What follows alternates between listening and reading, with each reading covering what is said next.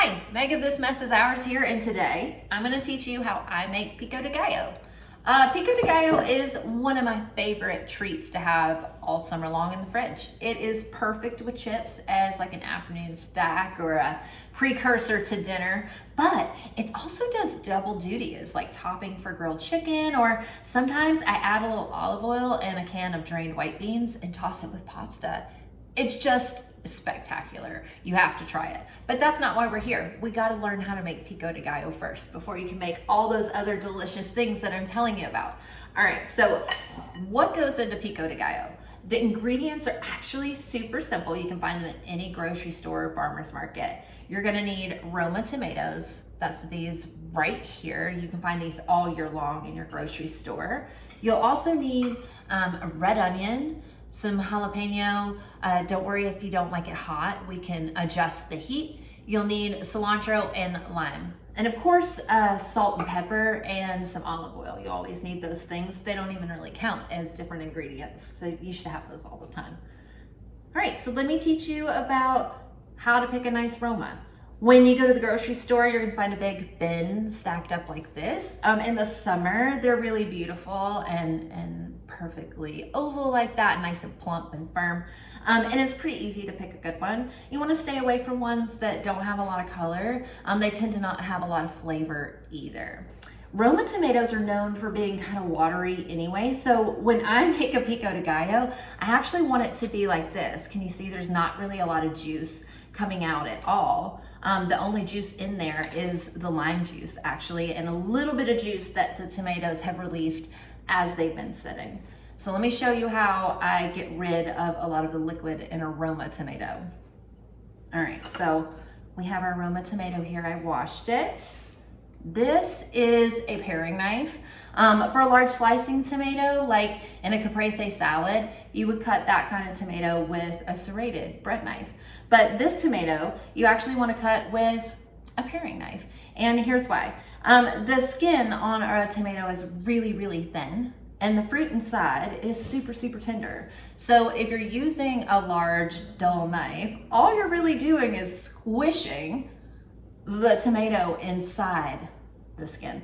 So that's if you've got like super soupy salsas and things like that, and bruised tomatoes, they're always crushed. That's probably why. So first, get yourself a paring knife. Mine is specifically a bird's beak paring knife. Make sure it's super sharp. I have a wonderful knife sharpening service through my local gardening center. So I just take them there and they sharpen them for me, and I pick them up the next day. And then you can easily cut through a Roma. So to do this, to remove kind of that watery inside, you want to take the ends off. That. And then what I do is I just run the tip of my knife right down the center.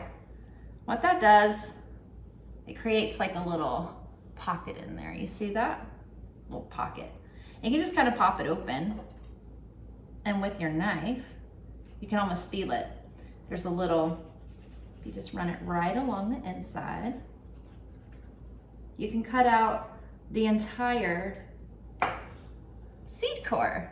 So this is where a lot of that watery juiciness and all the seeds hang out. So I just take this part out and pop it in a bowl for later. We can talk about how to use those because you definitely don't want to waste them. And what you're left with is kind of the meatier bits of the tomato. And you can just slice them into long, thin strips like this. Watch your fingers. And then turn them. Oh yeah, because you want nice, even little dices. Otherwise, what's the point? And just run the knife through. When the tip of your knife is super sharp, this is not a problem. Actually, you run a greater risk of cutting yourself with a dull knife than with a sharp one anyway. So don't be afraid of a sharp knife. All right, there you go. So tomatoes are diced. Just add them in here with my other ingredients. I already diced up the onion and I juiced in some lime. And I added in some jalapeno. If you don't like it super hot, there's a trick to that too. The seeds and the ribs are what's really hot in a pepper. Hot pepper. So if you just slice off the outer walls like that, leave all the seeds and the ribs, toss them if you don't like the heat, you'll have a much milder salsa or pico de gallo. So anyway, all those are already in there. I added in some cilantro, some salt and pepper, and then I just hit it with a little olive oil. Everything's better with a little olive oil. You could actually use avocado oil too. I like it a lot. And some salt. You can never have enough flaky salt when you're finishing something like this. Just a nice, fresh summer dish. And that's it. That's it. Top anything you want. Eat it straight from the bowl. Share it or don't, but make it, because this pico de gallo is delicious. See you next time.